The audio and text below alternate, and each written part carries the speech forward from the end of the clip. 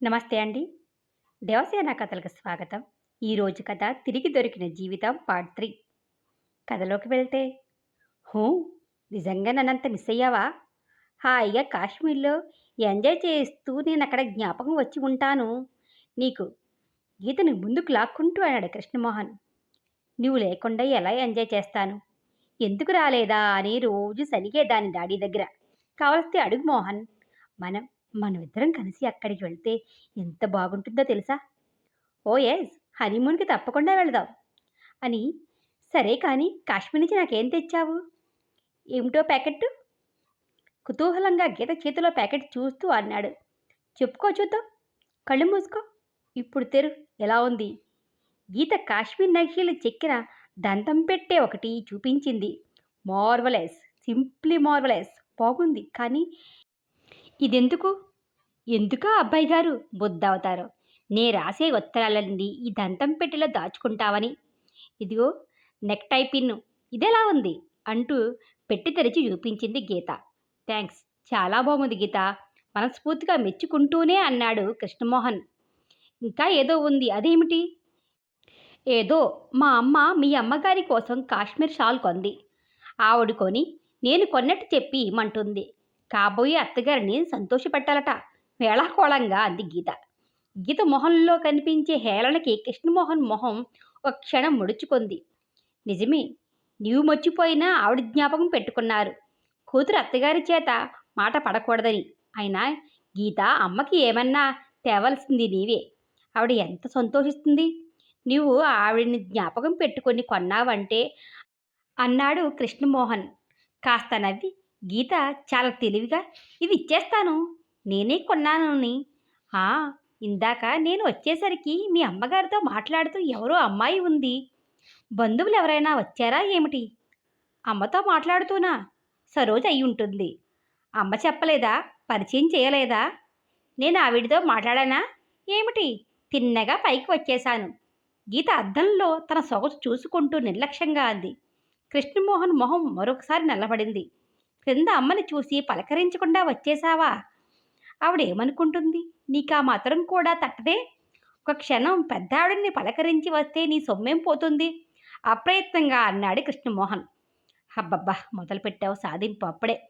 నిన్ను చూడాలని ఆరాటపడి నేను పరిగెత్తుకు వస్తే సంతోషించడం పోయి అమ్మని చూడలేదు, మాట్లాడలేదు అంటూ సాధిస్తావే? ఆ ముసలావిడ పట్టుకుంటే ఓ పట్టున వదలదని ముందు నీ దగ్గరికి వచ్చా. గీత చిరాగ్గా అంది. కృష్ణమోహన్ ఆ మాటలకి ఏమనలేక ఏమనాలి తెలియక ఒక క్షణం నిస్సహాయంగా నిలబడి ఆ తర్వాత నిట్టూర్చి రా క్రిందకి వెడదాం. ఆ షాల్ తీసుకురా అమ్మకి ఇయ్యి అంటూ మాట మార్చి కిందకి దారి తీశాడు. విధి లేనట్లు గీత మొహం ముడుచుకొని క్రిందకి దారి తీసింది.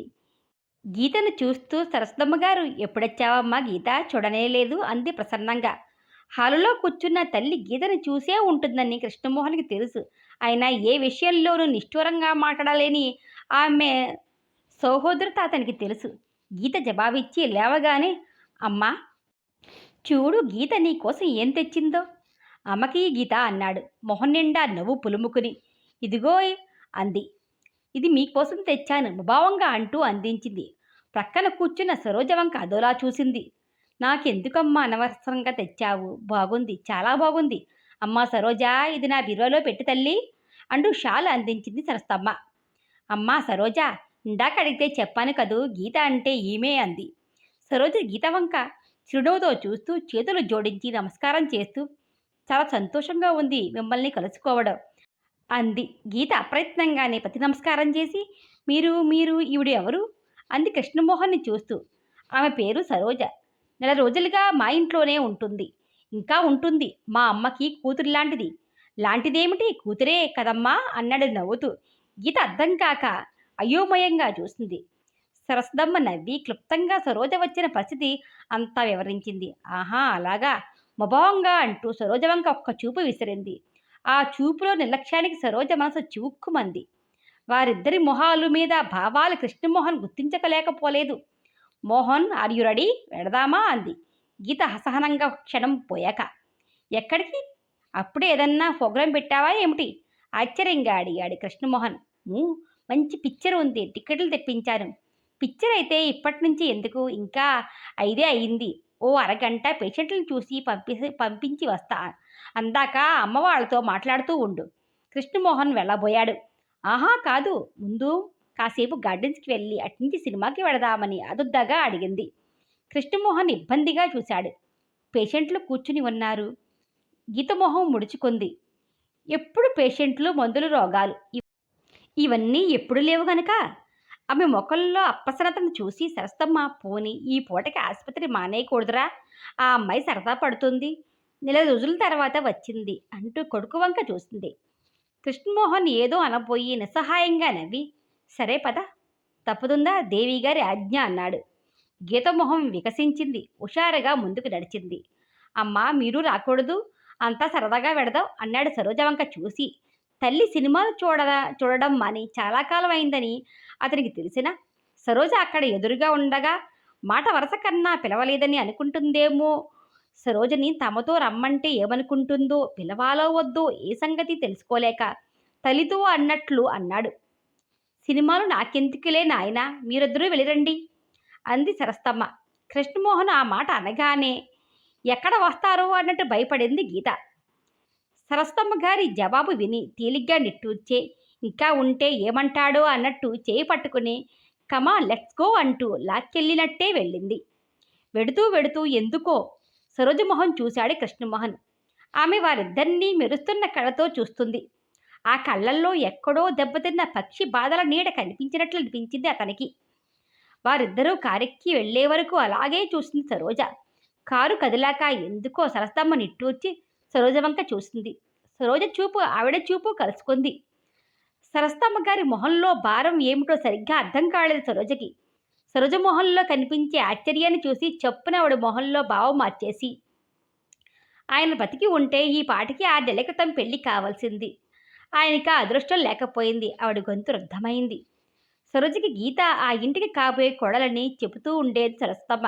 గీతను చూసి సరోజ ఎవరని అడిగిన ప్రశ్నకి సగంలో ఆగిపోయిన ఆ సంభాషణని గుర్తు చేస్తూ, మరి పెళ్ళెందుకు వెంటనే చేయకుండా ఇన్నాళ్ళు ఆగిపోయారు ఆశ్చర్యంగా అడిగింది సరోజ. ఏది, పెళ్లి సంబంధం నిశ్చయమయ్యింది. తాంబూలాలు పుచ్చుకుని మరో నెల 10 రోజులకి ముహూర్తం పెట్టుకున్నారు. ఈలోగానే ఆయన పోయారు. ఆయన సంవత్సరికాలు వెళ్లకుండా కొడుకు పెళ్లి ఎలా చేస్తాం? సంవత్సరికాలు కాగానే మొత్తం పెట్టించాలి. ఓహో, అదా సంగతా? మీరెప్పుడూ చెప్పనే లేదే కోడలు సిద్ధంగా ఉందని నవ్వుతూ అన్న ఆమె మాటలు ఆమెకే ఎందుకో పేలవంగా అనిపించాయి. ఏది, ఈ నెల్లాళ్ళయ్యి ఎండాకాలం గీత వాళ్ళ నాన్న అమ్మగారితో కాశ్మీర్ వెళ్ళింది. ఆ అమ్మాయి వచ్చి పోతుంటే చెప్పాలని తట్టేది. ఏమిటో ఆ విషయమే గుర్తులేదు. ఆవిడ చక్కగా ఈ ఊళ్ళోనే ఉన్నారు. పెళ్ళి కాకపోతేనే లేండి, హాయిగా తిరుగుతూనే ఉంటారనుకుంటాను. మీ కోడలు మంచి మోడర్న్గా ఉన్నారు. గొప్పింటి పిల్ల కదూ. వారి నాన్నగారు ఏం చేస్తారు? గొప్పింటి పిల్లే, అందులో ఒక్కతే కూతురేమో. ముద్దుకేం లోటు లేదు. ఇంటిలో ఆడిందాట పాడింది బాట. అదృష్టవంతురాలు మీలాంటి అత్తగారు, మీ అబ్బాయి లాంటి మంచివారు భర్త కావడం. నిజంగా ఆ అమ్మాయి అదృష్టం. సరస్తమ్మ అదోలా నవ్వింది. ఆ నవ్వులో ఏదో వెలితి కనిపించింది సరోజకి. గీత, కృష్ణమోహన్ వారిద్దరినీ చూస్తుంటే సరోజకి ఎందుకో గీత పట్ల అదో రకం ఈర్ష్యలాంటిది కలిగింది. తనని అంతగా ప్రేమించిన తన భావని గీత తీసుకుపోతున్నట్లు ఆమె మనసు బాధపడింది. తన వస్తువేదో అన్యాకాంతరమవుతున్నట్లు ఆమె మనసు నొచ్చుకుంది.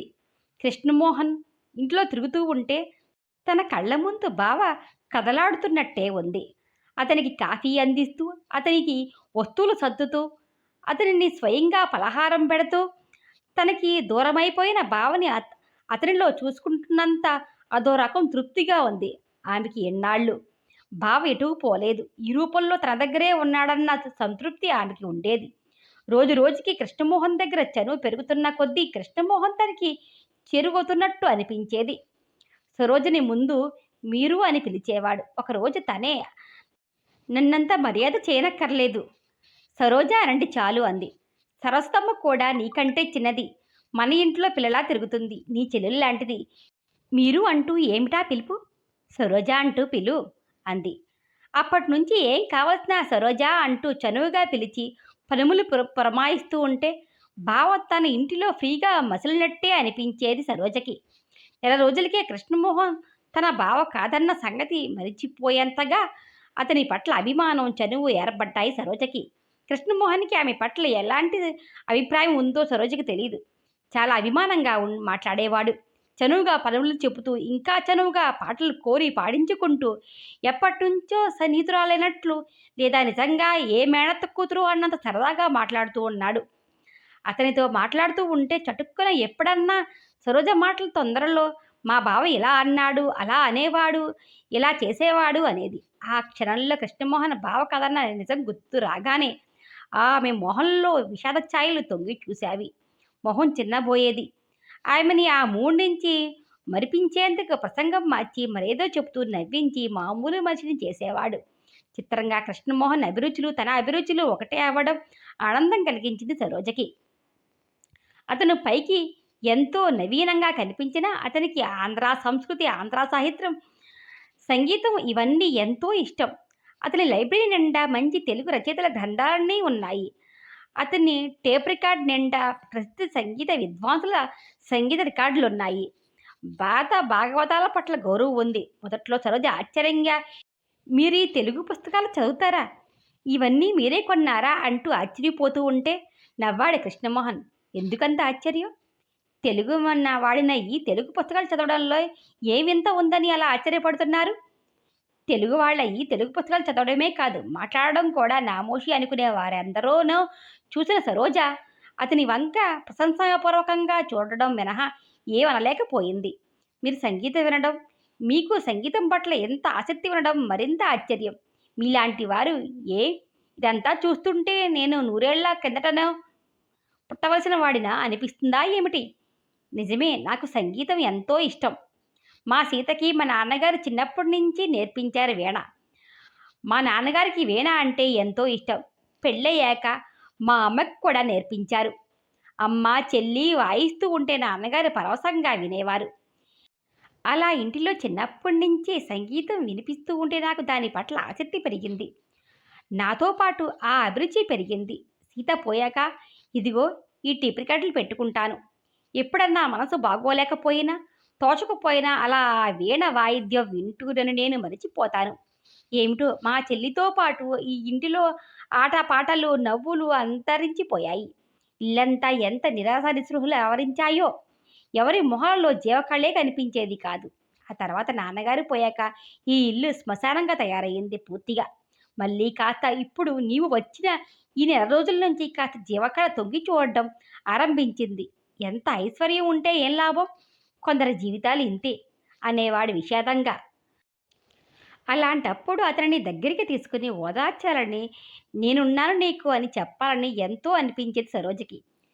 రోజులు గడుస్తున్న కొద్దీ అతని పట్ల అభిమానం, ఆత్మీయతే కాక మరేదో భావం కూడా సరోజని వశపరుచుకోసాగింది.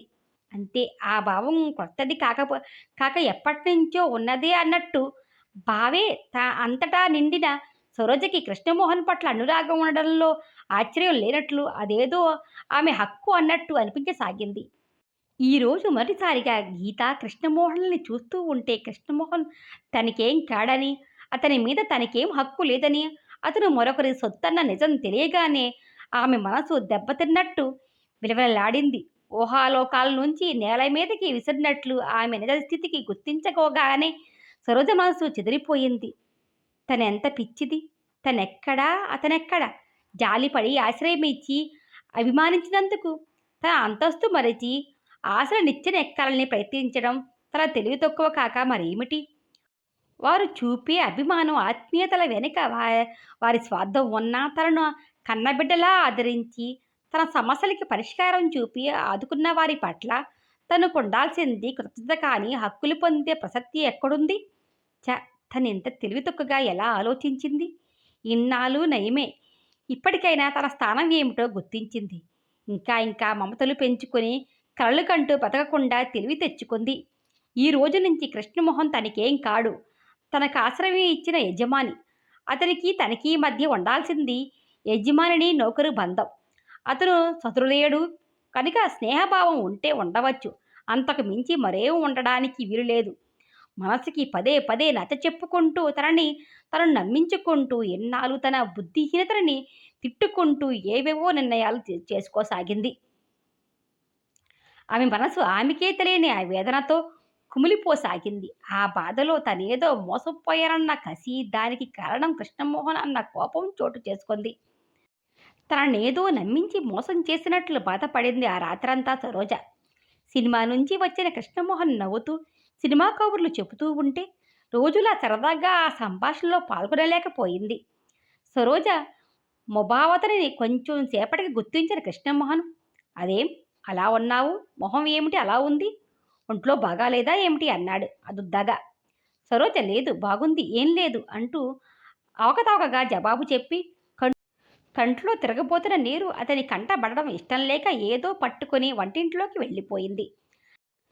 అతని పలకరింపుతో ఆమె మనసున అనగని ఆవేదన దుఃఖంగా మారింది. వంటింట్లో చొప్పున కళ్ళు తుడుచుకుని మజ్జిగ తెచ్చింది. ఆమె మొహం మీద దుఃఖ చింహాలు అతని కంటపడ్డాయి. ఏమిటి సరోజా, ఇంకా ఎన్నాలని పోయిన వాళ్ల కోసం ఏడుస్తావు, మరిచిపోవాలి, గుండె రాయి చేసుకోవాలి అంటూ సానుభూతిగా ఓదార్పుగా అన్నాడు.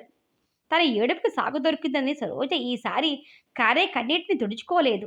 ఆ కన్నీరు పోయిన వారి కోసం కాదని అతని కోసమని అతనికి తెలియదు.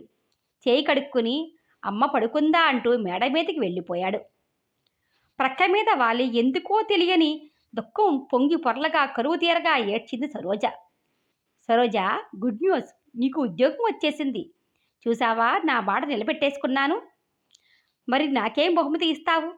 సరోజని ఊరిస్తూ సరదాగా అంటూ అపాయింట్మెంట్ ఆర్డర్ చేతికిచ్చాడు. సరోజ ఆరాటంగా కాగితం అందుకుని చదువుకొని తృప్తిపడి, థ్యాంక్స్, మెనీ థ్యాంక్స్. మీలాంటి వారికి ఇచ్చేందుకు నా లాంటి నిర్భాగ్యుల దగ్గర ఏముంటుంది? మేమిచ్చేది మీకు అవసరం ఉండదు, కంటికి ఆనదు నిర్లిప్తంగా నవ్వి అంది సరోజ. అదేమిటి అంత సీరియస్గా మాట్లాడుతున్నావు? ఇంత మంచి వార్త తెచ్చినందుకు ఎంతో సంతోషపడతావనుకున్నాను. మొహం అలా పెట్టావేమిటి? అసలు 2 రోజులు బట్టి నీవెందుకో ఏదోలా ఉంటున్నట్టున్నావు? కృష్ణమోహన్ సరోజని గుచ్చి చూస్తూ అన్నాడు. అవునమ్మా సరు, ఒంట్లో సరిలేదా ఏమిటి? 2 రోజులుగా చల్లాగిగా కనిపించడం లేదు. ఇంట్లో డాక్టర్ని ఉంచుకుని ఒంట్లో బాగోలేకపోతే చెప్పమ్మా. చూడరా సరోజని, కాస్త జ్వరం ఉందో ఏమిటో, తనకేం కావాలో నోరు తెరిచి చెప్పదు. సరస్తమ్మ కూడా అంది. అబ్బే అబ్బే, ఇంక నాకేం లేదు, ఒంట్లో ఏం లేదు అంటూ బలవంతాన నవ్వు తెచ్చుకుని, మీకు ఏ తగ్గది నా దగ్గరే ఉంది, మీరే చెప్పండి. అసలు ఏమిచ్చి మీ రుణం తీర్చుకోగలను? అదిగో మళ్ళీ రుణాలు వడ్డీలు ఆరంభించకు. ఆ రుణం అలా ఉండని, దానికి వడ్డీగా నీవు నాకేమియ్యాలో తెలుసా? సరోజ గుండె క్షణం కొట్టుకోవడం మానింది. ఏమిటి అంది నిస్సారంగా. నీ కమ్మని పాటలు రోజు వినిపించాలి. నీ కమ్మని గాత్రానికి తోడు సంగీతాన్ని నేర్చుకొని అదంతా నాకు వినిపిస్తూ ఉండాలి. సరోజ, నీకింత చక్కని గొంతు ఉంది, మాస్టర్ని పెట్టి సంగీతం నేర్చుకోవాలి నీవు. మళ్ళీ మా సీతల ఇంట్లోకి వచ్చావు, మళ్ళీ సీతల నీవు సంగీతం సరస్వతివి కావాలి. నా కోరిక ఇదే, చెల్లించు. ఏం? సరోజ చెకుతురాలినట్లు చూసింది. నమ్మలేనట్లు. నేనా సంగీతం నేర్చుకోనా? మీరు చెప్పిస్తారా? బాగుంది, చాలా బాగుంది. ఈ పెడుతున్న తిండి చాలానంటూ ఇంకా సంగీతం అంటూ నా మీద డబ్బు వృధా చేస్తారా? మతిగాని పోయిందా మీకు? మీకు పోయినా నా మతి ఇంకా తిన్నగా ఉంది. మీరు నా మీద ఖర్చు పెట్టేందుకు సిద్ధంగా ఉన్నా పెట్టించేందుకు నేను సిద్ధంగా లేను. ఏమిటమ్మా సరోజ, ఎంతసేపు నువ్వు పరాయిధనం అన్న భావం నీలో పోదా? మా సీతలా నిన్ను మేం చూసుకుంటున్నాం గాని మమ్మల్ని నువ్వు నీ వాళ్ళనుకున్నట్టు ఎందుకు అభిప్రాయపడవు? వాడంతా ముచ్చటపడి అడుగుతుంటే కాదనకు. నీ పాట వింటూ మా వేదనలన్నీ మర్చిపోగలుగుతున్నాం. రోజూ నీ సంగీతానికి అయ్యే ఖర్చు ఏ పాటి? దానివల్ల మాకు లభించే మనశ్శాంతి ముందు అన్నింటికీ నీకు మొహమాటమే. సరస్తమ్మ మందలింపు ధోరణిలో అంది. సరోజ ఏమనాలో తెలియక నిస్సహాయంగా చూసింది.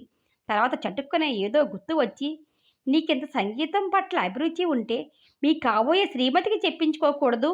మీ డబ్బు అనవసరంగా నా మీద వేస్ట్ చేసే బదులు హాస్యంగా అన్నట్లు అన్నా ఆమె మాటల్లో కాస్త కసి కూడా ఉంది.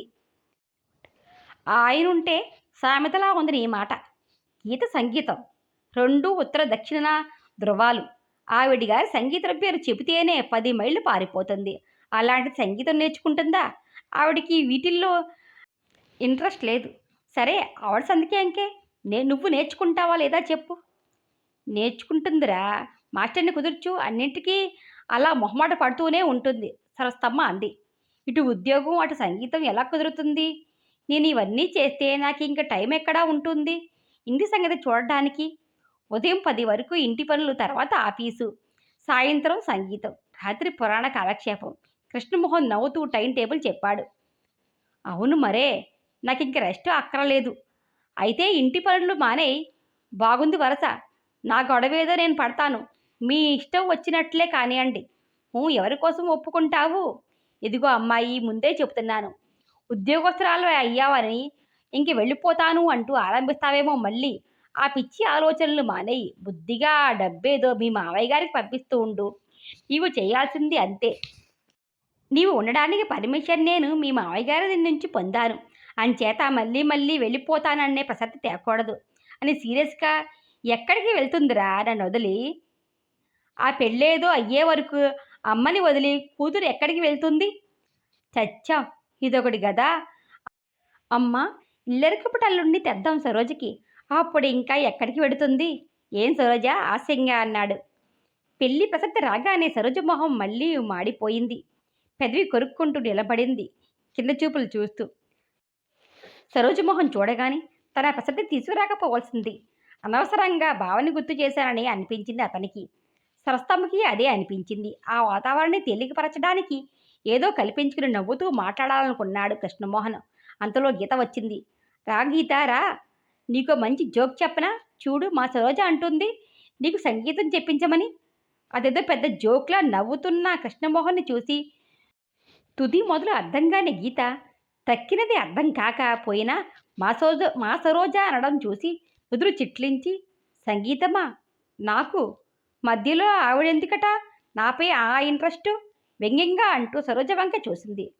ఇంతకీ ఆవిడని ఈ సలహా చెప్పమని ఎవరడిగారట? ఏమండి అంది సరోజ వంక తిరిగి. గీత నవ్వుతూనే అన్నా. ఆ నవ్వు మామూలు నవ్వు కాదని, అందులో హేళన, వ్యంగ్యం, నిరసన అన్నీ స్పష్టంగా అక్కడున్న ముగ్గురికి కనిపించాయి.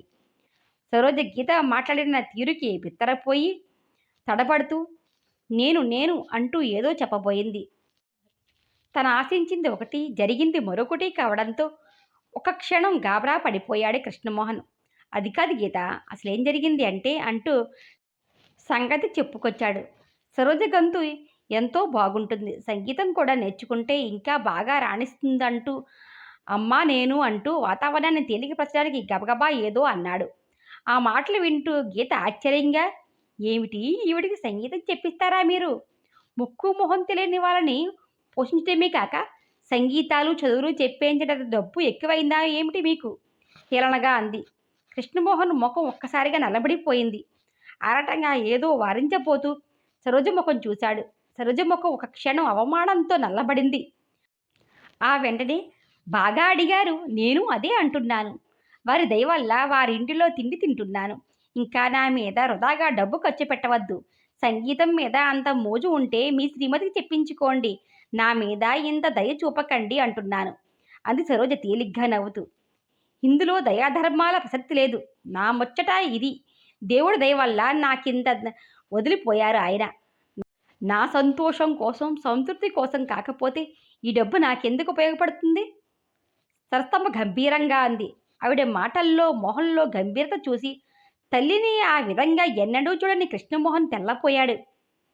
ఇది ఆమె డబ్బు, నీ మొగుడు సంపాదన కాదు అన్నది ఎంత తెలివిగా స్పష్టంగా వెల్లడించిందో. తన సొమ్ము తన ఇష్టం వచ్చిన రీతిని ఖర్చు పెట్టుకునే సర్వాధికారం ఆమెకున్నట్టు వెల్లడించిన ఆ మాటకి ముగ్గురు ఒక క్షణం తెల్లపోతూ నిలబడ్డారు. గీత మొహం కందగడ్డలా ఎర్రబడిపోయింది. తనకేదో అవమానం జరిగినట్లు పౌరుషంగా విసురుగా మధ్యన నాకెందుకు, మీరెలా ఏడిస్తే నాకే అంటూ తల ఎగరేసి వినవిన బయటికి వెళ్ళిపోయింది. గీత అన్నాడు అధికారంగా కృష్ణమోహన్. గీత, మేడ మీదికి రా అంటూ ఇంకేం మాట్లాడకుండా మేడ మీదికి దారితీశాడు. అతని గొంతులో గంభీరతకి తెల్లబోతున్న గీత ఒక క్షణం ఆగిపోయింది. ఆ తర్వాత నిర్లక్ష్యంగా సరోజల వంక ఒక చూపు విసిరి మేడమెట్లు ఎక్కింది. సరోజ సరస్తమ్మ వంక చూసింది. ఆవిడ మొహం అంత గంభీరంగా ఎప్పుడూ చూడలేదు సరోజ. ఆవిడ సరోజ వంక ఒకసారి చూసి మామూలుగా నవ్వు తెచ్చుకుని, చూడమ్మా, వంటావిడ ఇందాక ఏదో అడిగింది అంది. సరోజ లోపలికి వెళ్ళింది. గీత, నీవు కాస్త మాట్లాడే ముందు వెనక ముందు ఆలోచించి మాట్లాడితే బాగుంటుంది. నీకెంత తోస్తే అంత అనేయడం తప్ప అవతల వాళ్ళు ఏమనుకుంటారన్న ఆలోచన తోచలరా? కృష్ణమోహన్ గీత వంక చూస్తూ కాస్త తీక్షణంగానే అన్నాడు. ఏం అంత కాని మాట ఏమన్నాను? ముక్కు మొహం తెలియని దాన్ని ఇంట్లో కూర్చోపెట్టి మేపడం కాక సంగీతాలు చెప్పిస్తారా? నేనే కాదు, ఎవరన్నా ఇదే అంటారు.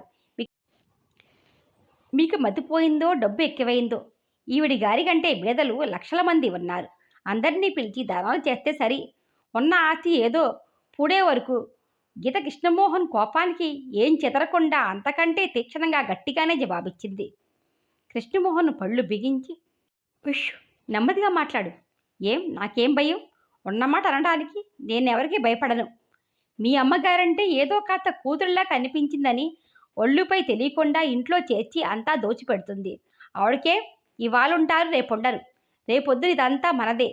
మీకు ఆ మాత్రం బుద్ధి ఎందుకు లేకపోవాలి? ఆవిడ మొగుడు ఇచ్చిపోయాడంటే ఇలా తగలేయడానికా? ఏ కొడుకుగా మీకేం హక్కు లేదా ఈ ఇంట్లో? తీక్షణంగా రెచ్చిపోతూ అంది గీత. కృష్ణమోహన్ గాబరాగా పడిపోయాడు. గీత, ప్లీజ్ కాస్త నెమ్మదిగా మాట్లాడు. అమ్మ వింటే ఏమనుకుంటుంది? సరోజ ఏమనుకుంటుంది? ఆ అమ్మాయి అసలే సెన్సిటివ్. కోపం అతి ప్రయత్నం మీద అణుచుకుంటూ గీతని శాంతపరచడానికి తాపత్రయపడ్డాడు. నాన్సెన్స్. ఎవత్తి సరోజ? ఒక పని మనిషి. దానికి మీరెంత భయపడడం ఏమిటి? ఆవిడగారు ఎవత్తో దానికి నేను భయపడడం ఏమిటి? మీరు కావలిస్తే నెత్తినెక్కించుకోండి, కానీ నాకు చెప్పకండి ఈ కబుర్లు. నేను ఇంటికి కాబోయే కోడల్ని. ఈ మాత్రం మాట్లాడే హక్కు నాకుందని తెలుసు. ఎవరేమనుకున్నా ఉన్నమాట అనడానికి నేనేం భయపడను. ఇప్పటికైనా ఎవరి స్థానాల్లో వారిని ఉంచండి. హేళనగా తిరస్కారంగా అంటూ విశ్వస నడిచి మెట్లు దిగింది గీత. కింద హాల్లో ఉన్న సరస్తమ్మ సరోజలను చూస్తూ తెల ఎగరేసి నిర్లక్ష్యంగా నడిచి వెళ్ళిపోయింది గీత. కృష్ణమోహన్ బాధ, అవమానం, సిగ్గు ఏవేవో అనుభూతులకి గురి అవుతూ క్రిందకి వెళ్ళి తల్లి సరోజల మొహం ఎలా చూడాలో అర్థం కాక అక్కడున్న కుర్చీలో భారంగా వాలిపోయాడు. గీతకి సరోజ పట్ల ఎంత విముఖత ఎందుకో అతనికి అర్థం కాలేదు. అసలు ముందు రోజు చూసినప్పుడే కారులో వెళ్తుండగానే అదేమిటి ముక్కు మొహం తెలియని దాన్ని ఇంట్లో తెచ్చి కూతురు అనడం ఏమిటి? చేతికి అందింది ఏదో పట్టుకు పారిపోగలదు అంది గీత నుదురు చిట్లించి, సరోజ పట్ల అయిష్టతని స్పష్టంగా వ్యక్తీకరిస్తూ. ఆ మాట్లాడిన తీరుకి కృష్ణమోహన్ నొచ్చుకుంటూ, ఛా, ఏమిటిలా మాట్లాడతావు? ఆ అమ్మాయికి డబ్బు లేకపోవచ్చు కానీ చదువు, సంస్కారం ఉన్నాయి. ఇలాంటి వాళ్ళని చాలామంది చూసాం. ఇంట్లో మిమ్మల్ని మంచి చేసుకొని నమ్మకం కలిగించి ఎప్పుడో కంబం ఉంచుతుంది. అయినా మీ అమ్మగారు బీరువా తాళాలు ఇచ్చి అప్పచెప్పడం ఏమిటి? కోపంగా అంది. కృష్ణమోహన్ ఇంకా ఊరుకోలేక, సరోజని మా అవసరం కోసం మేము ఉంచుకున్నాం కానీ ఆ అమ్మాయి ఉంటారని అనలేదు. మమ్మల్ని ఏ సహాయమూ కోరలేదు. డబ్బు లేకపోయినా ఆ అమ్మాయికి ఆత్మాభిమానం ఉంది. ఎంతో బలవంత పెడితే మొహమాటంగా ఉంటుంది. అమ్మ సంతోషం కోసం నేనే బలవంతం పెట్టి ఉంచాను. ఆమె ఉన్న ఈ నెల రోజుల్లోంచి అమ్మ కాస్త గతం మరిచిపోయి ఇంట్లో ఆనందంగా ఉంటుంది. అమ్మకి చేదోడు వాదుడుగా ఉండి ఇల్లు చక్కబెడుతూ అమ్మకి సహాయంగా ఉంటుంది. నీవు వచ్చి ఒకరోజు ఇంట్లో ఉండి చూసి నీ అభిప్రాయం తప్పని నీవే తెలుసుకుంటావు. నొచ్చుకుంటూ నిష్ఠూరంగా అన్న కృష్ణమోహన్ మాటలకి గీత మొహం ముడుచుకుని, నాదేం పోయింది? మీ ఇష్టం వచ్చినట్లు ఉంచుకోండి. నేను చెప్పాల్సింది చెప్పాను, తర్వాత మీ ఇష్టం అంది. కృష్ణమోహన్ ఏం అనకుండా ఊరుకున్నాడు. ఆ తర్వాత అనేక సందర్భాలలో సరోజ పట్ల అయిష్టత వ్యక్తం చేస్తూనే ఉంది గీత. ఒకరోజు గీత వచ్చేసరికి సరోజ చాకలి తెచ్చిన బట్టలన్నీ కృష్ణమోహన్ బీరోలో సర్దుతుంది. కృష్ణమోహన్ ఆ గదిలోనే కూర్చుని ఏదో పుస్తకం పైకి చదువుతూ సరోజతో ఏదో చెబుతూ నవ్వుతున్నాడు. గదిలోకి అడుగుపెట్టి ఆ దృశ్యం చూసిన గీత అసూయతో సరోజ వంక చూసింది. వారిద్దరి మధ్య ఆ చనువుకి ఆమె మనసు అసూయతో ఉడికిపోయింది. ఈర్ష్య ద్వేషాలతో సరోజని చూస్తున్న గీతని అప్పుడే చూసిన కృష్ణమోహన్, రారా, ఎంతసేపయింది వచ్చి అంటూ పలకరించాడు. గీతమోహం కంటు పెట్టుకుంటూ వచ్చి కూర్చుంది. సరోజ బట్టలు సర్దడం పూర్తి చేసి కిందకి వెళ్ళబోతూ, కాఫీ తీసుకురానా మీకు అంది మర్యాదగా. గీత చురచురా చూస్తూ, ఏం అక్కర్లేదు అంది కరుకుగా. సరోజ కాస్త ఆశ్చర్యంగా చూస్తూ తల వంచుకొని వెళ్ళిపోయింది. కృష్ణమోహన్ ఏదో అనబోయి మానేశాడు. మరోసారి కృష్ణమోహన్ డ్రెస్ అవుతున్నాడు. గీత అక్కడే ఉంది. ఇద్దరు సినిమా ప్రోగ్రాం పెట్టుకున్నారు. కృష్ణమోహన్ టై కోసం బీరువా అంతా వెతుకుతూ, సరోజా సరోజా నా టై కనబడట్లేదు, రుమాలు కూడా కావాలి, సాక్స్ ఎక్కడ పెట్టావు అంటూ పిలిచాడు. నీవు ఎదుక్కోలేవు, సరోజ ఎందుకు, మొహం చిట్లించి అంది గీత. అవన్నీ ఎవరు వెతుక్కుంటారు, మా సరోజ వచ్చిన దగ్గర నుంచి అన్నీ తనే చూస్తుంటే బొత్తిగా ఏ వస్తువు ఎక్కడుందో కూడా మరిచిపోయి అన్నీ అమర్చి పెడితే తప్ప వెతుక్కునేంత బద్దకిష్టునైపోయాను. సరోజ వచ్చిన దగ్గర నుంచి ఎంత సుఖంగా ఉందో, ఏ వేళకేం కావాలో అన్నీ అమరుస్తూ ఉంటుంది. కృష్ణమోహన్ తల దువ్వుకుంటూ అద్దంలో చూసుకుంటూ గీతమోహం చూడలేదు. చూసి ఉంటే గీతమోహం ఎలా ఎర్రబడి ఉందో, ఆమె కళ్ళల్లో ఎంత అసూయ ద్వేషాలు ప్రతిఫలిస్తున్నాయో తెలిసేది. సరోజ రాగానే ఆమె వంక చొరచొర చూసి విసురుగా మొహం తిప్పుకుంది గీత. సరోజ బీరువా తీసి, మీకు ఎదురుగా ఉన్నవే కనబడడం లేదు ఈ మధ్య అంది చనువుగా మందలిస్తున్నట్టు. నీవు ఉండగా వెతుక్కునే బాధ ఎవరు పడతారు? ఒక కేక వేస్తే నీవు వచ్చి ఇస్తావని తెలిసాక బద్ధకం పెరిగిపోయింది సరోజా. ఇదిగో ఈ ప్యాంటు డ్రైవర్స్కి ఇవ్వాలి అన్నట్టు పరసలో డబ్బెందో లేదో చూసి లేకపోతే పెట్టు అంటూ పురమాయించాడు టై కట్టుకుంటూ. సరోజ అతని పనులన్నీ చేసి క్రిందకి వెళ్లే వరకు అతి ప్రయత్నం మీద కోపం నిగ్రహించుకుంది గీత. సరోజ అలా వెళ్ళగానే, మీ అమ్మగారితో పాటు నీకు ఆ సరోజని చూస్తుంటే మతిపోయిందా ఏమిటి దుకుడుగా అంది గీత. చిగుదుడైనట్లు తలతిప్పి చూశాడు కృష్ణమోహన్. ఆమె మాటలు అర్థం కానట్లు ప్రజ్ఞార్థకంగా చూశాడు. బాగుంది వరుస, నీ గదిలోకి రావడం, నీ వస్తువులు సవరించడం, నీ పనులు చేయడం, నీ వస్తమాను ఆవిడ గారిని పిలవడం, చాలా దూరమే వచ్చిందే వ్యవహారం. బీరువాళ్ళు తెరిచి డబ్బులు కూడా వేస్తుందే, 2 నెలల్లో ఎంత చుట్టమైపోయిందా అది అంది కసిగా. గీత అన్నాడు కృష్ణమోహన్ వారుస్తున్నట్టు. ఏమిటలా మాట్లాడతావు అన్నాడు హట్టయ్యి. ఇంకెలా మాట్లాడతాను, ఈ ఇంటిలో 2 నెలల్లో ఓ ముక్కు మొహం తెలియని దాన్ని తీసుకొచ్చి దానికి అంత ఇంపార్టెన్స్ ఇవ్వడం ఏమిటి? నేను చూస్తూనే ఉన్నాను మోహన్, ఈ వరస నాకేం బాగోలేదు. కట్టుకున్న పెళ్ళం కంటే ఎక్కువగా సరోజా సరోజా అని ఆవిడ నామస్మరణ చేస్తున్నావు. ఆవిడ మొహంలో కనిపిస్తున్న అసూయ చూసి అర్థమైనట్లు నవ్వి, ఓ సమ్మాయి గారికి ఎంత అసూయ, సరోజతో మాట్లాడుతున్నానన్నా కోపం, మరేం చెయ్యను, నీవు వచ్చే వరకు నా పనులు ఎవరి చేతో చేయించుకోవాలిగా, తమరు రాగానే ఆ డ్యూటీలన్నీ హ్యాండ్ ఓవర్ చేస్తాను అన్నాడు. గీత ముక్కు పట్టుకుని ఊహించి, గీత అదంతా కేవలం అసూయతో అందని ఊహించి, అతను అలా ఆ సంభాషణని తేలిగ్గా జమకట్టి మాట్లాడుతూ ఉంటే ఇంకేమనలేక ఊరుకుంది గీత. కృష్ణమోహన్ సరోజ ఇలా అలా అని ఏదన్నా ఎప్పుడన్నా చెప్పబోతే గీత మొహం చిట్లించి, నీకు మాట్లాడడానికి సరోజ తప్ప మరేం లేదేమిటి, పనివాళ్ల కబులు వినాలంటే అసహ్యం నాకు అంది. సరోజ పనిది కాదని ఎన్నిసార్లు చెప్పాను నీకు, ఆ అమ్మాయి అంటే నీకు అంత చులకనేమిటి నొచ్చుకుంటూ అన్నాడు కృష్ణమోహన్. దిక్కుముక్కు లేని దాన్ని ఇంట్లో పెట్టుకుని మీరు కావాలంటే ఆవిడ గారిని నెత్తిమీద ఎక్కించుకోండి, కానీ ఈ నాన్సెన్స్ అంతా నాకు చెప్పవద్దు. అసలు ఇది వచ్చి దగ్గర నుంచి నువ్వు మారిపోతున్నావు, నేను చూస్తూనే ఉన్నాను అంది ఉక్రోషంగా గీత. ఆ అభియోగానికి విస్తుపోతూ, నీకు మతిపోయింది ఈ మధ్య అన్నాడు కృష్ణమోహన్. నాకు కాదు, మీకు మతిపోయింది. నీ మతి పోగొడుతున్నది ఎవరో తెలుసు నాకు మరింత తీక్షణంగా అంది గీత. చా గీత, సరోజ నాకు సోదరులాంటిది, మా సీతలా చూసుకుంటున్నాము అమ్మా నేనును. పిచ్చి పిచ్చి ఆలోచనలతో మీ బుర్ర పాడు చేసుకోకు అన్నాడు మందలిస్తున్నట్లు. ఆయన నీలాంటి అందగత్తెను ఉంచుకొని సరోజలాంటి అమ్మాయి వెంట పడేంత తెలివితక్కువ వాడిలా కనిపిస్తున్నానా నేను అన్నాడు నవ్వుతూ. ఆ మాటలకి కాస్త సంబరపడి గీత మనసులో గర్వము తొంగు చూస్తుంది. ఆమె కళ్ళల్లో నిజమే, తన ముందు సరోజ చాలా సామాన్యంగా ఉంటుంది. తన డబ్బు, హోదా, అందం అన్నీ ఉన్న దాన్ని కాదని సరోజ వెంట ఎందుకు పడతాడు? కేవలం అన్ని పనులు చేస్తుందని, చనిపోయిన చెల్లిల్లా ఉందని కాస్త అభిమానపడుతున్నాడు కాబోలు. ఆయన ఇంకెన్నాళ్ళు, మరీ 4 నెలల్లో ముహూర్తం పెట్టారు పెళ్లికి. ఆ తర్వాత ఈ ఇల్లు, ఆ యజమాని అన్నీ తనకేగా. అప్పుడు ఈ ఆటలు సాగనిస్తుందా తను? ఈలోగా ఊరికే గొడవపడడం ఎందుకు? కృష్ణమోహన్ మాటలతో సంతృష్టి చెందిన గీత అప్పుడు ఇంకేమనలేదు. కృష్ణమోహన్ తనవాడు, తనకు కాబోయే భర్త. అదీ కాకుండా చేసే శక్తి సరోజకేం లేదు. అలాంటి దాని పట్ల తనకి అసూయేమిటి? సమాన స్థాయిలో ఉన్నవారి పట్ల అసూయ పడితే పడాలి గాని ఓ నౌకరి దానితో తనకు అసూయ ఏమిటి అని తనకు తాను నచ్చ చెప్పుకుంది.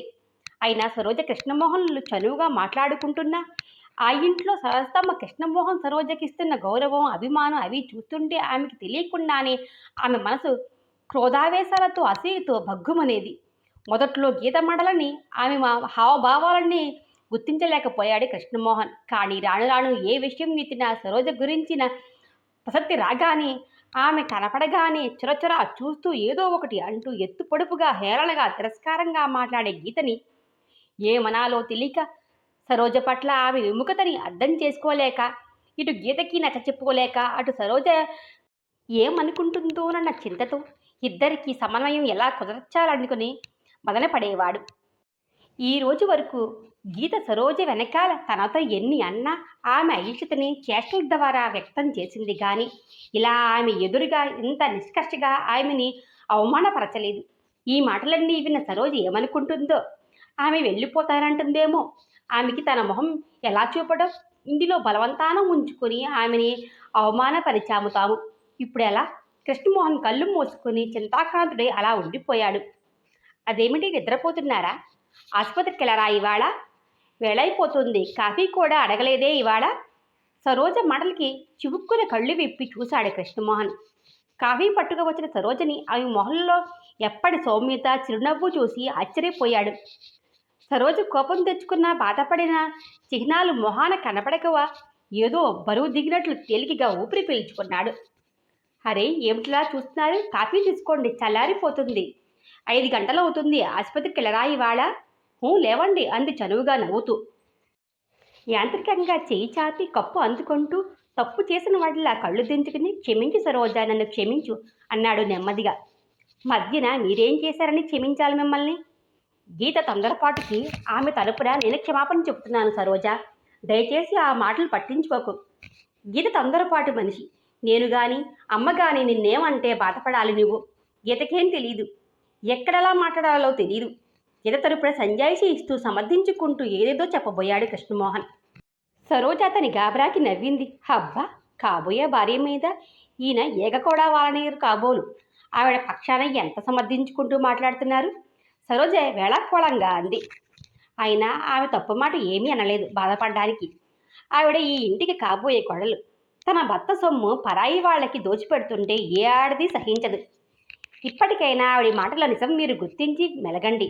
ఇంకా నా మీద మీ డబ్బు వృధా చేయకండి. దయచేసి నన్ను నా త్రోవని పోనివ్వండి.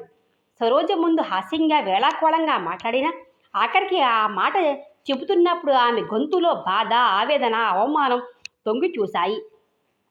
సరోజ, అలా మాట్లాడకు. గీత మాటలు నువ్వు పట్టించుకోకు. ఇంతకీ అమ్మ అన్నట్టు ఇది నా సొమ్ము కాదు. అమ్మ ఇష్టం వచ్చే రీతిని తన డబ్బు ఖర్చు చేసుకుంటుంది. అదేమని అడగడానికి గీతకే కాదు నాకు ఏమీ హక్కు లేదు. ఆ విషయం నువ్వు గుర్తుంచుకో సరోజ. ఇంతకంటే నేనేం చెప్పలేను. అమ్మని మాత్రం వదిలిపోకు. నా కోరిక ఇంతే అన్నాడు వ్యధగా. సరోజ తలదించుకుంది. సరే, వెళ్ళను ఇప్పుడు. కానీ ఇంటి కోడళ్ళు వచ్చాక మాత్రం అప్పుడు ఇంకా బలవంతం పెట్టకండి. మీ అమ్మగారికి అదే చెప్పాను. మీ వివాహం అయ్యే వరకు ఉంటానని మాట ఇచ్చాను. ఆవిడని బాధించడం ఇష్టం లేదు నాకు. ఆవిడ కోసం ఈ మాత్రం అవమానాన్ని సహించగలను అంటూ వెళ్ళిపోయిన సరోజను చూస్తూ అప్పటికి గండం గడిచిందన్న సంతృప్తి పడ్డాడు కృష్ణమోహన్. హలో సరోజ్ గారు, నమస్కారం. ప్రభాకర్ నమస్కారం చేస్తూ పలకరించాడు. షాపులో బట్టలు చూస్తున్న సరోజ అతనికి ప్రతి నమస్కారం చేస్తూ, ఓ మీరు వచ్చారా అంది. ప్రక్కనున్న కృష్ణమోహన్ ఎవరు అన్నట్టు చూశాడు. ఈయన మా ఆఫీస్లో పనిచేస్తున్నారు. బాస్కి పర్సనల్ అసిస్టెంట్. ఈయన కృష్ణమోహన్ డాక్టరు. వీరింట్లోనే నేను ఉండేది అంటూ ఇద్దరికీ పరిచయం చేసింది Saroja. Glad to meet you అంటూ పలకరించుకున్నారు ఇద్దరు. చీరలు కొంటున్నారా? నాకు చీర సెలెక్ట్ చేసి పెట్టండి. మా అక్క పండక్కి వస్తుంది. చీరల సెలక్షన్ తెలియదే ఎలా అనుకుంటున్నాను. సరిగ్గా సమయానికి మీరు కనిపించారు. నాకు మంచి చీర తీసి పెట్టండి చనువుగా నవ్వుతూ అన్నాడు ప్రభాకర్. ఓ, దానికేం భాగ్యం నవ్వి అంది సరోజ. సరిగ్గా అదే సమయంలో ఆ షాపులోకి గీత వచ్చింది. తనని చూస్తూ, గీత నీవు వచ్చావా? హరే, ఎలా తెలిసింది అన్నాడు కృష్ణమోహన్. గీత అన్నాడు ప్రభాకర్ గొరికినట్లు. కృష్ణమోహన్ని ముందు చూసిన గీత ఆనందంగా గబగబా ఎదురు రాబోయి పక్కనే సరోజను చూసి మొహం చిట్లించి మరికాస్త పక్కగా ఉన్న ప్రభాకర్ని చూడగానే చటుక్కున ఆమె ఆగిపోయింది. సర్పదృష్టిలా నిశ్చేష్టురాలైపోయింది ఒక క్షణం. గీత అన్నాడు ప్రభాకర్. గీత గాబారుతో భయంతో ఒక క్షణం వణికి అంతలోనే తప్పరెళ్ళి గబగబా పారిపోయి కారులో కూర్చుని తలుపు దబాల్ని వేసి కారు స్టార్ట్ చేసి వెళ్ళిపోయింది. గీత అంటూ గుమ్మం దగ్గరికి వచ్చి పిలిచిన కృష్ణమోహన్ వంక చూడకుండా కృష్ణమోహన్ ఆమె ప్రవర్తనకి తెల్లబోయాడు. సరోజ ఆశ్చర్యంగా ప్రశ్నార్థకంగా కృష్ణమోహన్ వంక చూసింది. ప్రభాకర్ ఇంకా ఆశ్చర్యం నుంచి తేరుకోలేనట్లు అలాగే చూస్తున్నాడు. గీత మీకు తెలుసునా? కృష్ణమోహన్ ప్రభాకర్ని చూస్తూ ఏదో అనుమానం లేచి అడిగాడు. ప్రభాకర్ ఒక క్షణం తత్తరపడి తెలుసు, ఏదో కాస్త పరిచయం, కాలేజీలో జూనియర్ అంటూ ఏదేదో జవాబు చెప్పాడు. కృష్ణమోహన్ ఆహా అన్నాడు.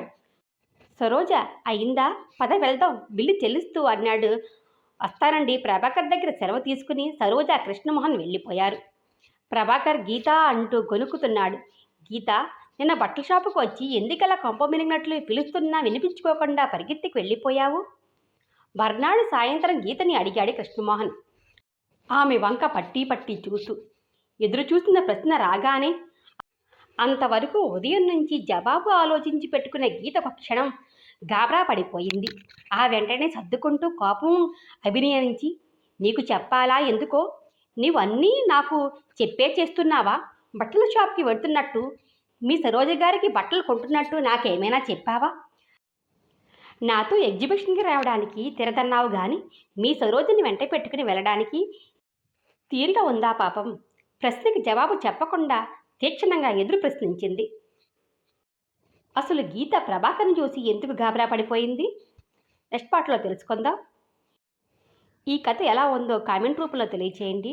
లైక్ చేయడం మర్చిపోకండి. ప్లీజ్ సబ్స్క్రైబ్ చేయండి. Thank you. మీ దేవసేన.